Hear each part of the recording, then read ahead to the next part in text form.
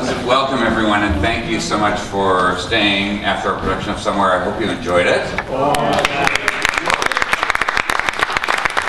very proud of the show. It's great to have this company of artists here at Hartford Stage and to have Matthew Lopez as part of our artistic family here at Hartford Stage. He's been with us for a few years now. We premiered his we produced his play, The Whipping Man, a few years ago. He was a playwright in residence.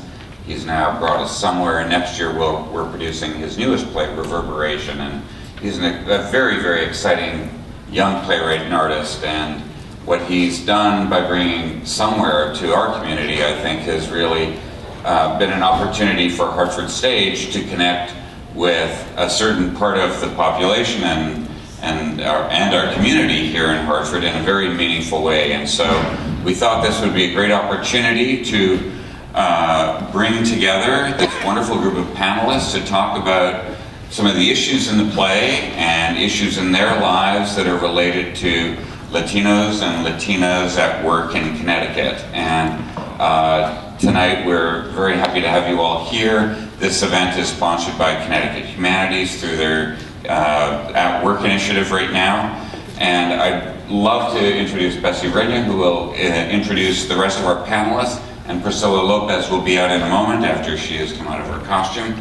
But Bessie has been a part of the Hartford Stage family for many years, both in her role at the Hartford Current, in her role as a poet, in her role now with as a critic.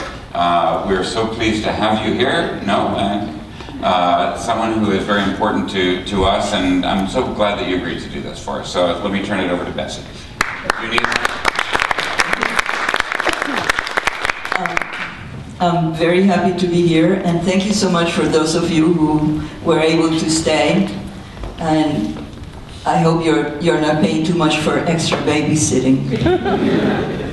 It's a real honor to be here because I have always felt that the Hartford Stage, and I asked them to give me a list of all the plays by Latino playwrights they have done. And since 1974 until now, they have done 11 plays by Latino playwrights, which is extraordinary. If you put all of the other theaters in Connecticut, and I am going to get in trouble for this, but I'm going to say it anyway, they have not come either close to what they're doing or even present 1/2 of the amount of plays by Latino playwrights that Hartford Stage has supported. So I think they do deserve a big round of applause for that.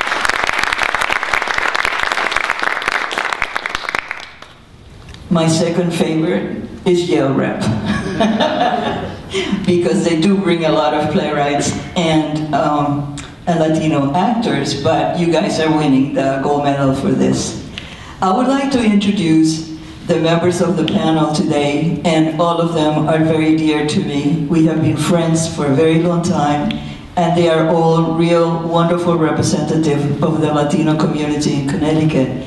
I'm going to start asking Dr. Julio Morales to talk a little bit about the play, but I first want to introduce you to him by saying that he started Latina and Latino study programs in New York, Massachusetts, and Connecticut, and 3 agencies. The East Harlem Coalition for Community Control, El Programa Roberto Clemente, a social service agency in Massachusetts, and Latinos Achieving Rights and Opportunities, Claro, in Connecticut, which focus on eradicating homophobia. He's also the author of 2 books, co-edited an academic journal, and published dozens of articles. He was also selected as the Father of the Year some time ago, but he's too shy to talk about that. Welcome, Julio. Thank you so much for being here. The first question I would like to ask is, how does this play relate to you? I know that there are some similarities in the story and in your own life. Well, I think that the play, for people who grew up in New York City and were Puerto Rican, really touches not just me, but almost everybody I spoke to. Okay. I was speaking to some Puerto Ricans who grew up in New York City during the intermission, and the play not only relates to me as a Puerto Rican growing up in New York City, but to all the people that I spoke about here. Specifically, I remember the clotheslines. I remember the music, the Puerto Rican music. I remember, for me, that I was born in Vieques, Puerto Rico, which is an island, part of Puerto Rico. And we had to leave, my family had to leave because the United States Navy took over that island to use it as a bombing and military base. So we were pushed out, but at the same time, Puerto Ricans were being pulled in to New York City because there were so many low-wage work for them. We either worked in the farms in the Northeast or we worked in factories. And because Puerto Ricans were citizens, it was easy to pull us in. But we were also being pushed out as a result of a lot of economic issues in Puerto Rico. Like the family here in the play,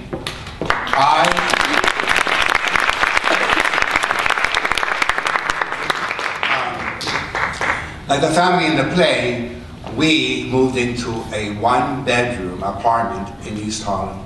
It was between 2nd and 3rd Avenue on 109th Street. It was one bedroom, and there was my father, my mother, my 3 siblings, and myself. So I can relate to that experience. The other thing is that we were extremely poor. By the way, I relate to the rats and the roaches. And I always tell people, you know, these were not Puerto Rican rats and roaches. We didn't bring them from Puerto Rico, they were here. These were American rats and roaches. I can even identify with the oldest son because I had to work. I started working when I was 12 years old to help my family. And I worked all through my high school, my junior high school, college, graduate, and doctorate. I had no money. I didn't have that. So the play is something that I can relate to at so many levels.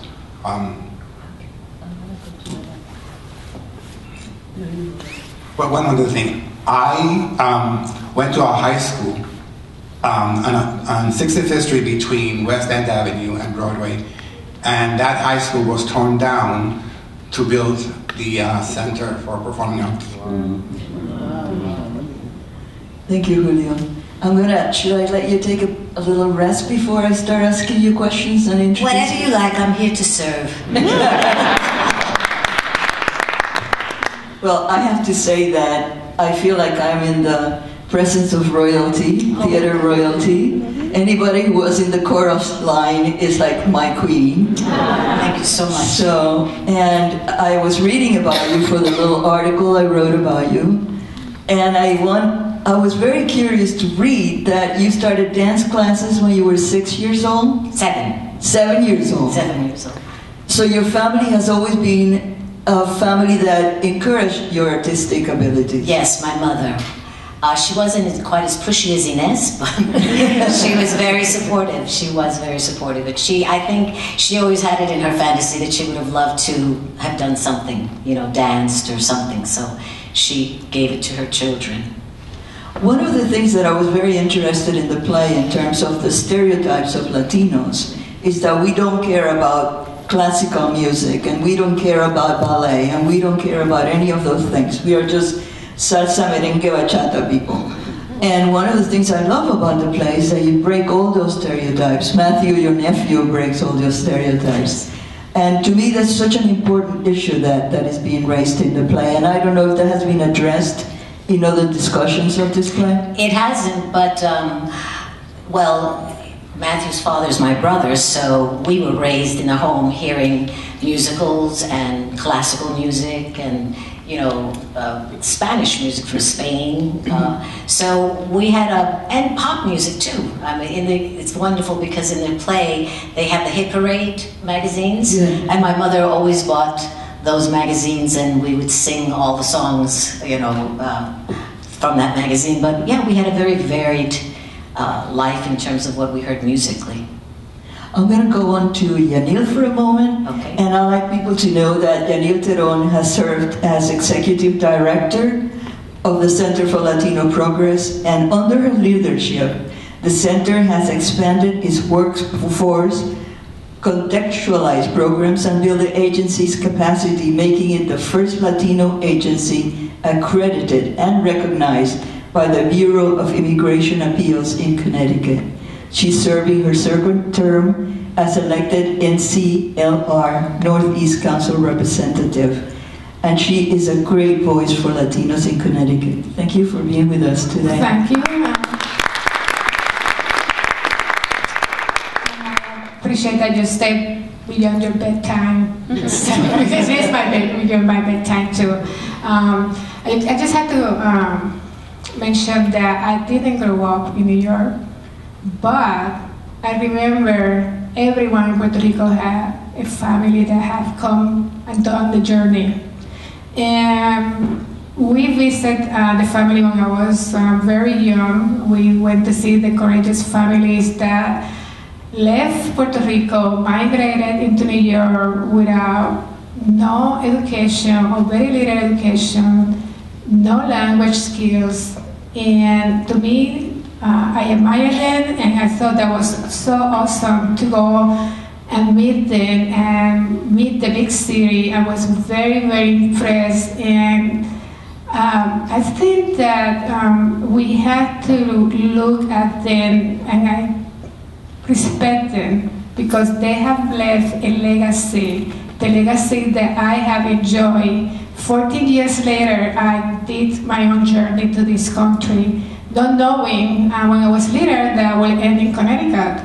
And they opened the doors to me and to many others that later on had migrated or immigrated from other countries, because Puerto Ricans are not immigrants. We had the benefit of being citizens, but those families that went to New York and struggled and lived with the cockroaches and the rats and with the discrimination, they have set a pathway to many others that came later, and those are the ones that I think that we have to think about it every day. So that's what I'm looking at. I would like to, thank you, Jenny. I would like to invite Teresa to come, and unfortunately, Marilyn Alverio, who was scheduled to be here, has been unable to attend because of a death in the family, but she wanted to have her presence as part of this panel, and Teresa is going to read her statement. Hello? I am not here tonight because of the passing of my sister's husband, John Melly. I had looked forward to the conversation with my outstanding colleagues tonight because the topic of Latinos in general is so robust and engaging. As a Puerto Rican woman born and raised in Connecticut, I have a story to tell, some of which is full of love, pride, cultural richness, and a passion to maintain and pass on our history. And some of that is filled with hurt and pain as a result of institutionalized racism, prejudice, and discrimination. My parents came from Puerto Rico in the early 1950s, like so many families, to be part of the American dream. We spoke Spanish in our home, and for that I am grateful that my parents taught us the importance of speaking our language, knowing our cultural roots, music, food, and especially our humorous refrains. So, in today's world, I am a proud ambicultural Latina, living in two worlds, and feel like one of the luckiest people on the planet. My journey has included my experience growing up in the inner city to obtaining an education that includes an undergraduate degree to an MBA. This was not supposed to happen. As a product of affirmative action that was obtained through the civil rights movement, I count myself as one of the few who made it. But believe me, there were many more Marilyns left behind. I am saddened that in so many ways, our country, also known as the 1%, has narrowed the doors to educational access for our community. While we continue to make gains, we are far from a level playing field. And that is why the work you have enjoyed tonight is ever so critical. We need more of this. The thoughts that I was going to share with you tonight are centered around a loud call to action, From a corporate, government, and business standpoint, we have a responsibility. From a community and individual standpoint, we have a responsibility. I call upon each and every one of us to come together and create the kind of agenda and strategy that will address the real issues. And if you really believe tonight's dialogue will not just be informational, but actionable. Sinceramente, Marilyn Alverio.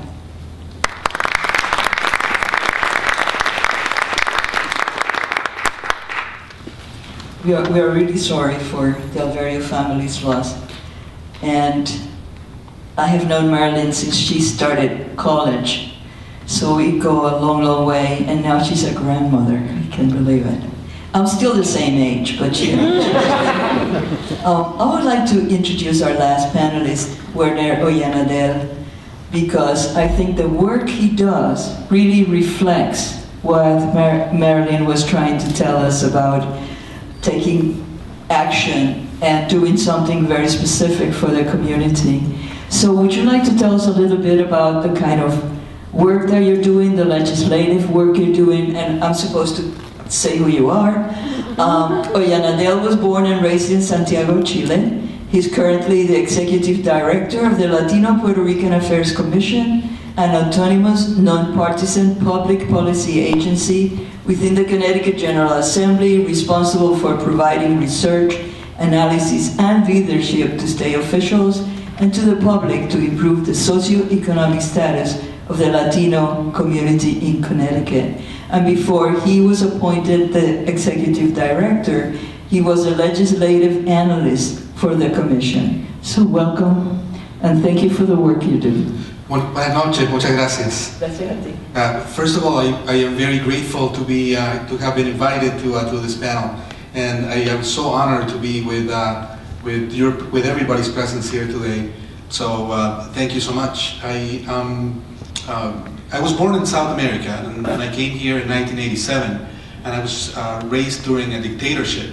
So the experiences that were given to us at this play was certainly different in many ways from where I was raised. But there were many things that resonated with me that actually Alejandro reminded me so much of my brother, because my brother David was exactly like Alejandro in the fact that he always stayed home, and he always helped our family to actually stay grounded and together and be able to be where we are today. And so my brother, it's somebody that I always look up to, and I saw Alejandro so much in my brother in this throughout the whole play. And I remember when I came to this country, the language issues, language barriers that we experienced. I didn't experience sort of like the language issues in the play, but in my mind, that was such a significant point that resonated time and time again. I remember when I came from South America to Simsbury High, to a white-collar school. My aunt and I took me to be evaluated for the English that I knew at the time, and I told this story in some other panels, but I remember going to that teacher and their guidance counselor, and she looking at my aunt and saying, well, we need to evaluate how much English he knows so that we can place it in the right class. And so she started asking me for basic things about my body, so that if I knew it, they would put me in the right class, in the right level. And the advisor said, she pointed out to the ears, and then I said, and he looked at it, and I said, well, those are ears. And then she pointed out to her eyes, and I said, those are eyes. And then she pointed out to her nose. And I looked at my aunt, and I said, no sé. I don't know. So the lady said, well, you have to work in your accent.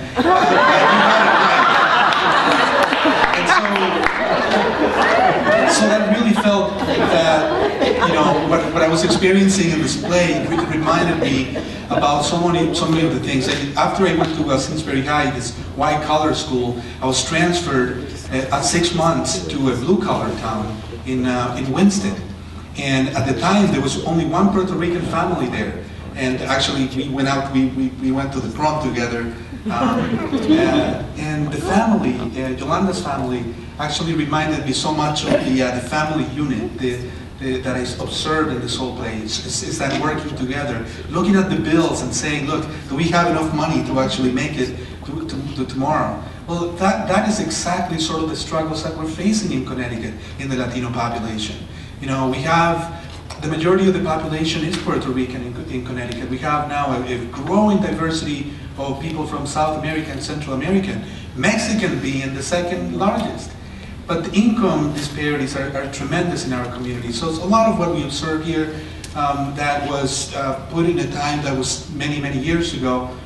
It's still happening today in Connecticut, right now. I mean, I was in the legislature at a time when Juan Figueroa was just exiting the legislature. I came on board to the legislature when Evelyn Mantilla was actually a legislator that I worked for. Bill Rosa, you know, for such a long time, he's here sitting in the audience here today. So a lot of the people that have helped our community improve, the Juan Candelaria, now the president of Black and Latino Caucus in the legislature, are people that are helping the community move forward. And we have the issues of discrimination, we have the issues of housing, we have those issues that are affecting our education and impact the dreams of those students that are helping their parents that want to live the dream like we saw Alejandro live the dream. In very short, just to finish my first question, in 1994 I got involved with an issue that is so important to our community as it relates to the what we call the Connecticut Dream Act. No, it's not the federal Dream Act that gives them a sort of an immigration status, but so that the kids can actually, that are undocumented, can pay in-state tuition. In 1994, for the first time, I got involved. In 1995, I testified. The bill died very quickly. Then the legislature did not deal with it again, and we worked on it in 1996. We passed it with the work of our agency, Fernando Betancourt and other people in our community, Joyce Hamilton and others. We were able to pass it, but the governor vetoed the bill. And so I was devastated. We finally had made progress, and the bill was killed. I totally, my energy was taken out of myself. But then we picked it up in 2007 again. But for the first time, the reason why that actually passed was because the students got involved. The students, like Alejandro in the play, that said at the end of the play that they felt that they can dream and they can do it and they can dance and they can succeed. Well, people like Lorella Proelli, a Peruvian student that is now fighting in Congress, is pushing for that, and she pushed it here. Felipe Reynoso, who was the first Peruvian-American legislator in the legislature, that also fought for it, but he was not able to see it. Mariano Cardoso, the kids that actually said we are going to continue the dream, we're not going to be scared anymore, we're not going to allow the things that are blocking our dreams, just like Alejandro's actually said, presented, it re-energized us, just like I was motivated by looking at the play today. So thank you for the invitation. Thank you. I'd like to go back to Priscilla and ask you, you know, we're talking about dreamers. I like to pick up on that idea because it's so basic to the play. How was your own dream when you were 7 years old dancing? Did you think you were going to be on Broadway? Well, I became exposed to, you know, performing through the movies and television. So when I was very young, I used to say, I'm going to be a movie star. You know? But, and then people would ask me and say, what do you want to be when you grow up? And I'd go, I don't know. Because every little girl says they want to be a movie star. So, but I really meant it. So I didn't want to hear, no, you'll never be that. But I was raised in New York, and in New York there's the theater.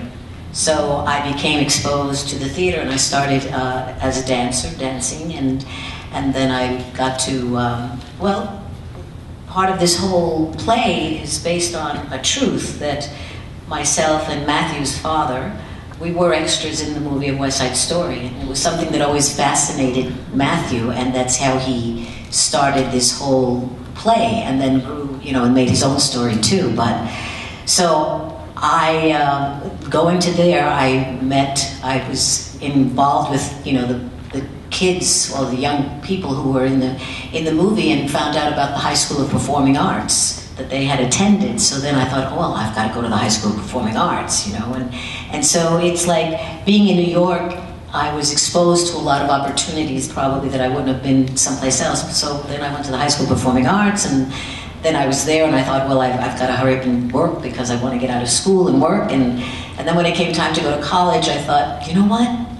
I can't go away from New York to go to college for 4 years to study the theater. It's down the block, you know. So I just, and I really started auditioning for Broadway shows at the age of 13 for the course, thinking I was going to get in, and of course I didn't.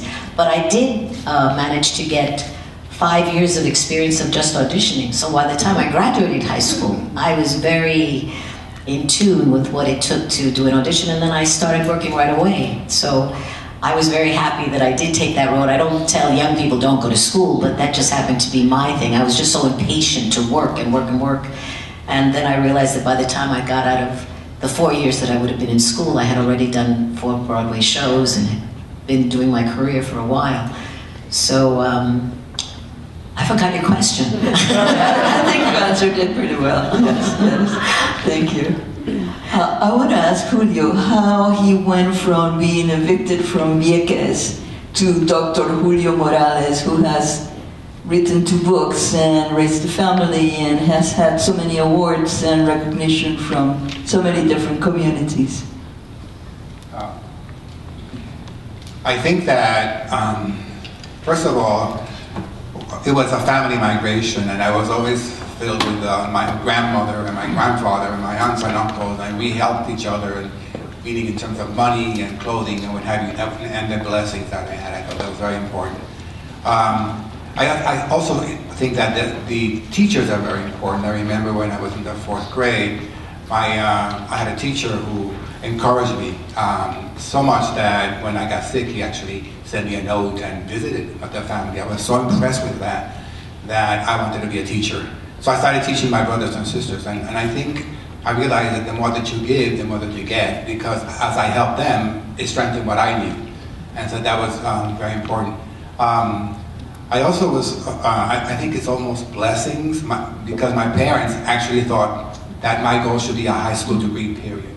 And I can relate to the kids and the families whose kids don't go to college because they want to help the family financially. And that was, but thank God I was accepted into a college that at that time was free, and I was able to go. But there were, I think I was, the fact that I grew up in the 50s and 60s, and in the 60s, which were a decade of change, and so I was able to, I identify myself later not as a teacher but as an organizer, and I went to get a degree in community organization. I became an incredible activist. I got arrested a couple of times, but it was with the wanting to help the community. So I was very involved in bilingual education. I was very involved, and I was actually the president of the New York City Commission on Bilingual Education. And I got involved in teaching at the college level because of my activism. The students at Brooklyn College asked me to come because they wanted an activist. And so I became an activist to the max. A lot of time, volunteer, actually, sometimes 50% of what I did was volunteer work. But it paid off in that I learned a lot. So when I came to Connecticut, I wanted to talk a little bit about Connecticut. When I came to Connecticut, I had the skills and background that helped me to start some things here. And so what I started was a Puerto Rican Latino student, the Puerto Rican Studies project at UConn. And it was about, and I got a grant, $1 million grant, to recruit students to the School of Social Work. We recruited 20 Puerto Rican students, and I say Puerto Ricans because at that time, there were very few non-Puerto Ricans who lived in Connecticut. When I went to high school, there were only 2 non-Puerto Ricans in the whole school. So, and so we recruited 20 every year, and so at the end of the year there were 40. But it was not just about recruiting them, it was about instilling something very special. We wanted them to be activists. We wanted to go into the community and do a lot of work. And through them, we were able to accomplish an awful lot. But I wanted to say something else. It's not that we just contribute to the Latino community, we contribute to the larger community, period. Because I was involved in the first conference, I started the first conference to address issues of the lesbian and gay community in social services. And I was the keynote speaker. And I served on boards and presided on boards that were not Puerto Rican per se. But I think we contributed a lot to the Connecticut and the larger community. I think that's important. But I think my activism and my desire to go to school, I saw that as an important thing.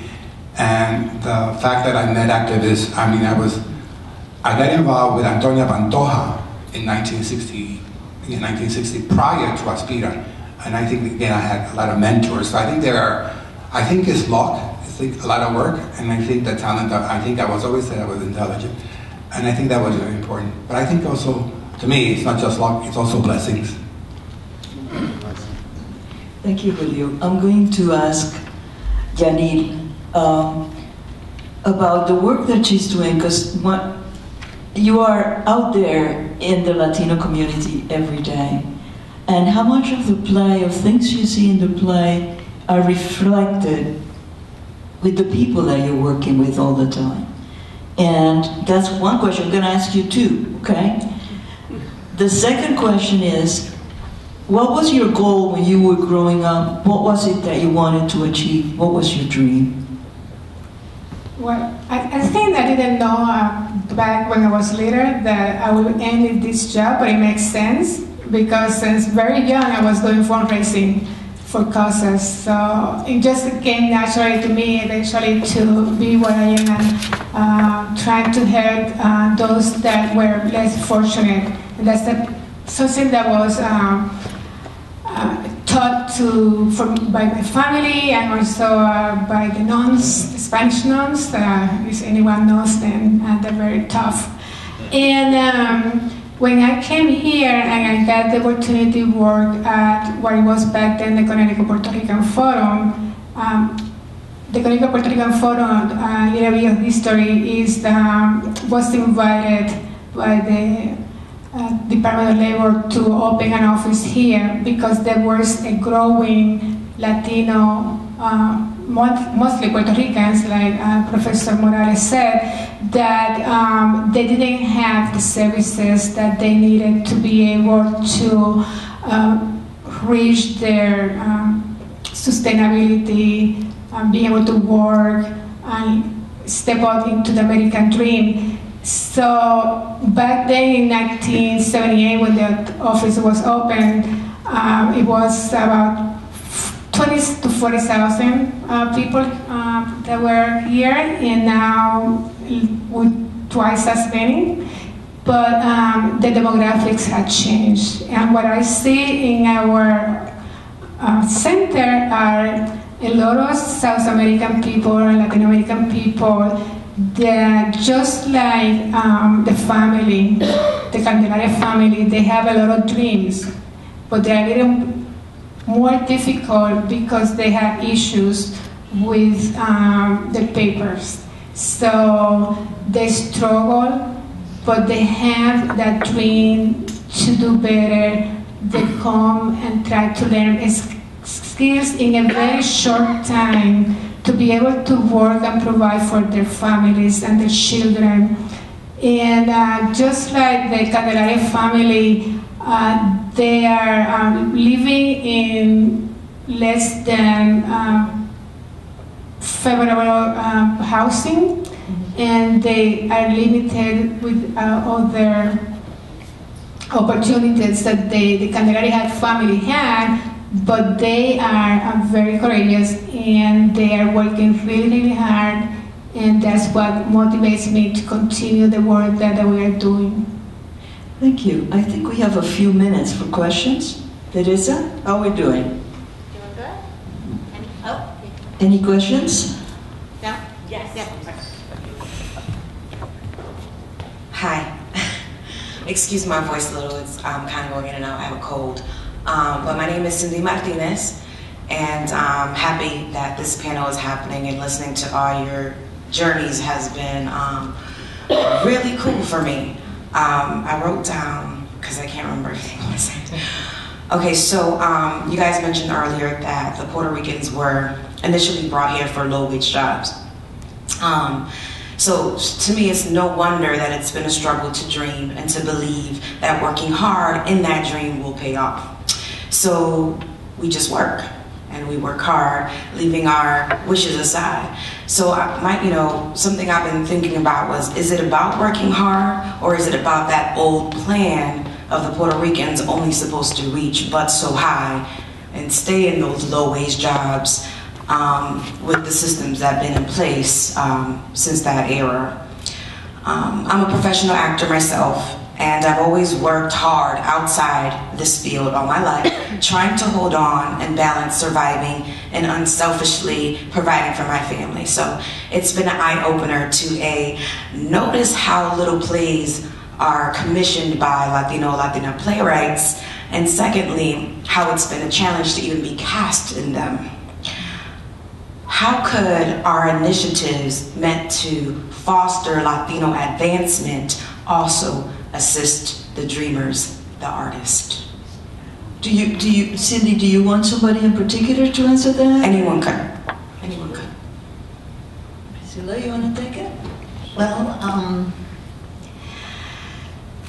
everyone's journey is different, and I think it's affected by the family you're born into, your environment,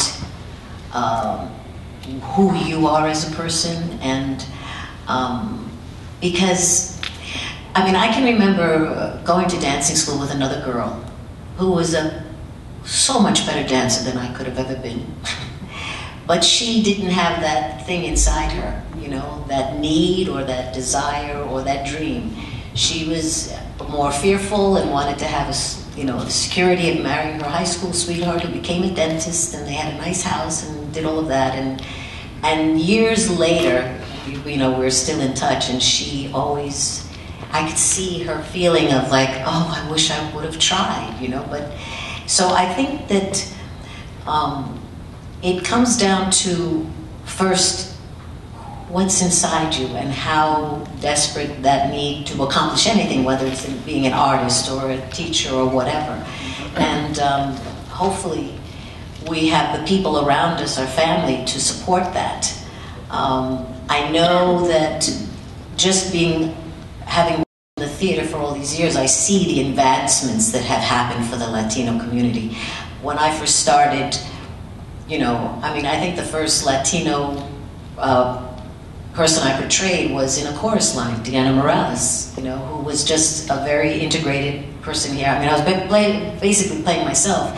And since that time, which was 1975 till now, I have done so many Latino projects, and I just had an epiphany the other day because I got another script, and they wanted me to come in and audition for this thing, and I realized that all the projects that I have done, Latino, have been so positive, a positive image for, our people. And I thought, because I wasn't sure if I wanted to go in or not, and I thought, you know what? I think that's a good bar for me to stay by. There's been plenty of negative out there for so many years, and I know they're all real experiences or whatever, but I made the decision. I said, I'm not going to push that, or I don't want to be part of that. I want to be part of an experience like this that creates new conversation, and new opportunities. So I think that things have opened up. In New York, there's this wonderful company called The Labyrinth, and they do wonderful works, and it's a whole community of people, so did I answer your question? I never know. I start talking, I don't know where I go off. Your basic question was, do you have my basic question was for the agencies and the organizations that are pushing for our progress. Right. Right, as Puerto Ricans, is, what part of that plan includes the dreamers, the artists? Because, to a lot of our families, what do you mean you want to be in theater? Get your butt and work and work and work and work, right? Yeah. So how much? So what I observed in Connecticut right now is that we're breaking some barriers, and they're pretty historic in nature. I mean, just a couple of years ago, we were fighting right outside of the governor's office, lobbying. We don't like to use the word lobbying, but we were trying to lobby to, in case of the Supreme Court. We needed to have somebody that represented our community. And so we kept telling the governor, look, let's appoint somebody. And finally, that dream came true. Judge Carmen Espinosa was actually promoted to the Supreme Court, a Puerto Rican woman to be put in that position for her own merits. Was beautiful, because we're seeing now that yes, we can type of attitude, that things are happening, are beginning to happen. So for instance, another example that I can share with you is that we wanted to have more diversity in the Connecticut General Assembly. Originally we had maybe 3 legislators, then it went back to 4, 5, 6, 7, and then all of a sudden it went back to a number that is almost 13. And we were looking at the Senate for the first time, and we were looking at Senator or State Representative Andres Ayala to be potentially the first one, the first Puerto Rican that was going to be in the Senate, a Senate of 36 individuals that represent us. And all of a sudden, the day that he gets elected, we're going to now make history in the Puerto Rican community because of these barriers that are begin to be broken. And then we see Arlene Ares, that came out of nowhere. A Cuban-American individual that actually made it to the Senate on his own merits in a non-Latino town. So I think that those things are beginning to tell us for the dreamers and for the individuals that are in our community that if they can do it, if our leaders are pushing for this diversity in boards and commissions, diversifying the judicial bench, that the makeup of the legislature is beginning, not a lot, but it's beginning now to reflect a little bit of what our state looks like. And yes, we have to do a lot more. Oh yeah, no, I don't want to cut you off, but I think that she's asking an incredibly important question, and that is, just because you're Puerto Rican, or let me say, just because you're Latino, or just because you're black, or just because you're a recently arrived immigrant, does that mean that you are only entitled to the lower jobs, the lower paying jobs? And that's a really, really important issue. And I can tell you, I went to law school, and my very first week at my job in the judicial department, after having gone to law school, I was told the only reason I got the job was because of affirmative action. So all my graduate degrees mean nothing because I was Hispanic. So I really am in tune to the question you're asking. What are we doing for the Latino community to increase our own self-esteem? And Julio is dying to answer that. Well, I think the advancements are wonderful, but compared to our numbers and our percentage, it really is not. And I think we have to be realistic. I yearned for the 60s when there were incredible activism. People were going into the streets and demanding. I mean, when I started the Puerto Rican studies, we went and we marched, and we made some changes. I think to some extent people have said that's enough. It's not.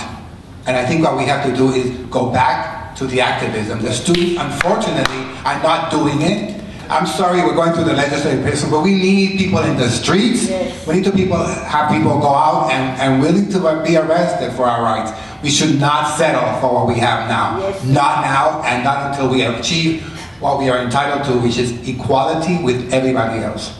And I think I was very involved in the HIV community, and I see that is also waning. I mean, people are not demanding, they're not acting, they're not in the streets, they're not saying, you need to do something because we are citizens and because we deserve it, in massive numbers. I think that's what's going to make some change. Yes, yes. I see Gil has the microphone. Hi, my name is Gil Martinez, born and raised in Hartford, Executive Director for Hartford Public Access TV. My question is to Priscilla, and I really would love for you to take us back in time. I recently saw a documentary on Marvin Hamlish and the whole origin of Chorus Line. You have that amazing privilege and history of being one of the original cast members of Chorus Line. Can you take us all back and share your experience and your exposure to that genius? I believe he was only 19 when he created that amazing catalyst that would have transformed Broadway and made New York what it is today.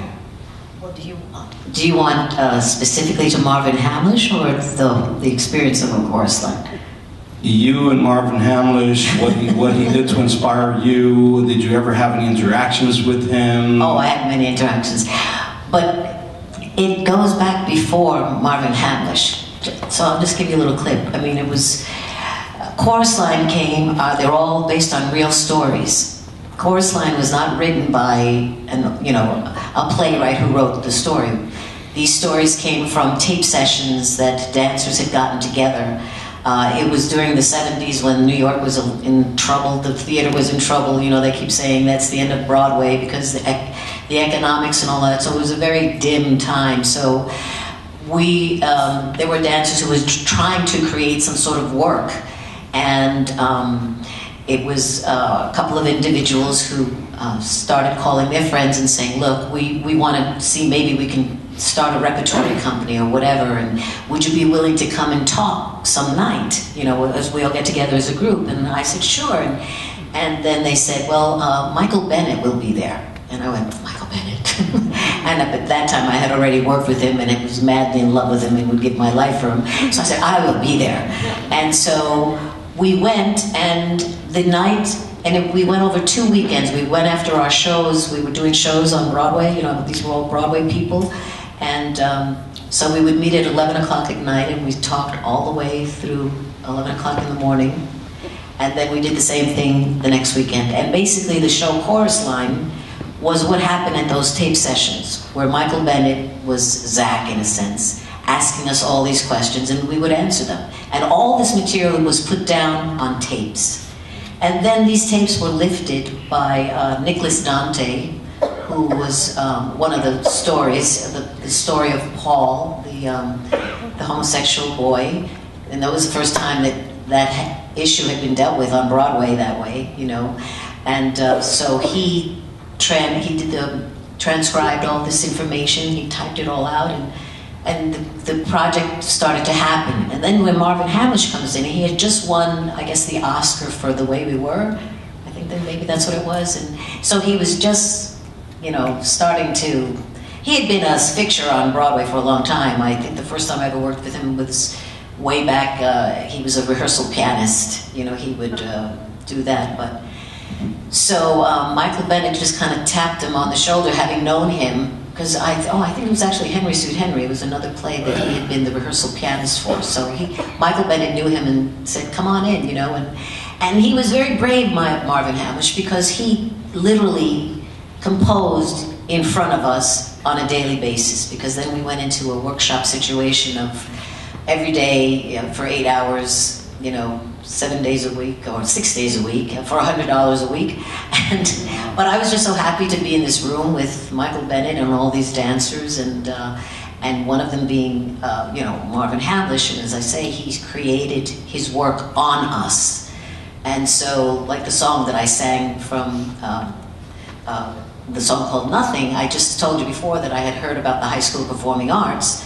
That was my real experience that happened to me at the High School Performing Arts. That was told that night that actually Ed Kleban, the lyricist, who doesn't get as much kudos as Marvin Hamlish, but I think is just as important because his words are so beautiful. And he was the one that caught that idea of that song. And actually the melody of Nothing was part of another song, you know, saying something else. And so they married this. But Marvin Hamlish is and was fantastic, so funny, so generous, so creative, and so loving. I mean, when we all got sick, he was a real Jewish mother, came with the chicken soup and the humidifiers, and brought the doctor to give us all vitamin B12 shots. And so he was very, very present and active. And then throughout the years, I did some concerts with him, and he was always, like I say, so generous of heart. And it's just a tragedy that he left so quickly and so soon, you know. But everyone he's ever worked with loves him because he was just, he was the true entertainer. I mean, he did that in the adaptation of The Entertainer, but he was the true entertainer. He could take any song and make you laugh or create it on the spot, and he was a true light and part of that experience. So it was pretty special. One last question. Thank you. My name is Jose Medina. I'm an alumni of the High School of Performing Arts. Oh my God! What year? 1968. Oh, you're a baby. So we were there almost together, I think. Yeah, I had a phenomenal life in that time. I was, and I identified so much with this show, and also so absolutely thrilled that it touches upon so many things in a positive way. The tragedy of the Puerto Rican experience in the United States. Tragic, tough, but there's also love, hope, and dreams. And I believe we need more of that. I have come back to my old love. I am 64, I was 64, I became, 64 April 2nd. And I found, thank you, and I came back to my old love. I still do commercials, and I identified with many of the characters. I too was a young man alone in New York at 18. So when I graduated from the High School of Performing Arts, my parents said, hasta la vista, tú quieres ser un actor, vete para allá, porque nosotros somos pentecostal, and get out. Anyone who didn't understand that, religion played a lot of part in telling me to get out of my house because I know I was with the devil, because I wanted to be with all of those blameless. But I was lucky. I was lucky because at 17 I met Miriam Colombo. Oh yes, Miriam. At the Puerto Rican Traveling Theater, and as a young, she's amazing. You know, I still see her at auditions. Well, let me tell you, I was 17, and I learned so much, and I really didn't even realize where I was at 17. When I was raising funds for the Puerto Rican Traveling Theater because we were doing shows at La Mama or on East 16th Street. And I said to Miriam once, because one day she called me up, I had been in Puerto Rico for 3 years, I came back, and she says, I need you. I said, Miriam, it's I got 103 fever. It's snowing outside. I can't move. She said, that's okay, Jose, but I need you at this hearing for the New York State Council on the Arts. And you have to tell the story. I can't. I'm on the board. So I know you're dying, but you gotta get out here. So I did. And years later, I said to Miriam, Miriam, what does it take? And she said, Jose, you have to have them made of steel, and they have to hang from your armpits. There's a woman telling me this, the young man being 17. But my point is this, that the voices that I got to work with, they were women. Because at that time in the 67, Joseph Papp, there were finally women starting to be allowed to direct. So I got to work with Julie Bovasso. I was able to do we did the first Anthony and Cleopatra in Spanish, all 4 hours, Estelle Parsons directing. So excuse me, Jose, but we're really running out of time. Yes, okay. So the question is, do you think there is room for more voices that are positive and not being drowned out by all of the other negative stuff? There is, and part of it has to start with the writing, you know. So there's the material to be able to perform, and you know, we've had years and years and years of the negative always. You know, I would be so upset. There was that movie House of Spirits, and I went to see it. And I remember I went out of the theater screaming. I screamed across 23rd Street because I sat there and all the leads were Glenn Close, Meryl Streep, Jeremy Irons, and one other. And then, I mean, And the only Latinos were the bandidos, you know, the bad guys. And I went, are you kidding me? I was just like crazed. I was just so crazy. The same thing with that play, Death of a Maiden, when it got to Broadway. And it was Glenn Close. I guess she's a Latina that I didn't know. But Glenn Close and, what's his name? The Popeye from, what was his name? Robert Williams? No. The detective Popeye. Oh, Popeye, Gene Hackman. Gene Hackman. Two great Latino actors. So, you know, wow, okay, you know.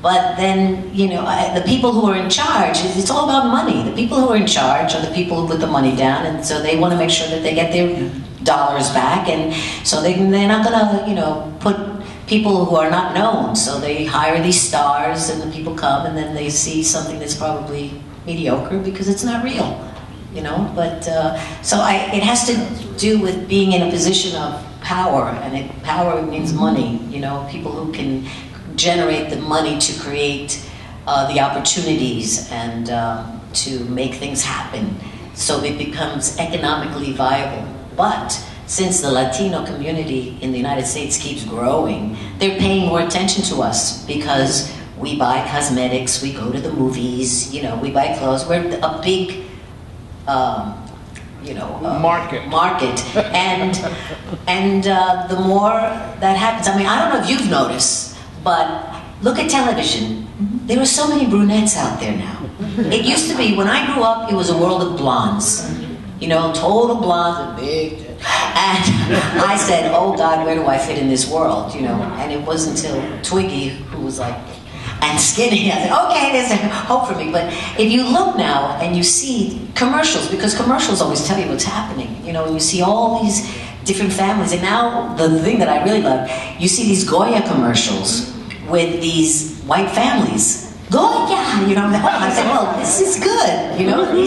So I think it's been a slow process. It's been a painful process, but it's a process that continues, and I think is continuing, because the world is getting smaller and smaller, and everyone, you know, eventually everyone's going to be mixed somehow. You know, it's not going to be one here, one there. We're all going to be in this pot mixed together, making this stew. And the United States is what that story is about, you know, and we have to lead in that. And I think it's happening. I really think it's happening. Not that it's easy, but it's a whole lot better than it used to be, you know. Thank you so much. I think I want to go back to Marilyn Alberia's words about activism and Julio's words, because as a writer, I'm always sending letters, because you never get Latino writers selected for take this book to the beach when you go this summer. You know, it's always like the big bestsellers by non-Latino writers. So I feel that it is up to us to start writing, to start complaining, to start sending letters. We have to do that. And until we become more active, I don't think anything is going to change. Numbers alone do not make a difference. And we have to, each one of us has to take the responsibility. So I want to thank everybody for staying so late. I hope you get the day off tomorrow. And Priscilla, thank you for being with us. My pleasure. Julio, thank you for being here.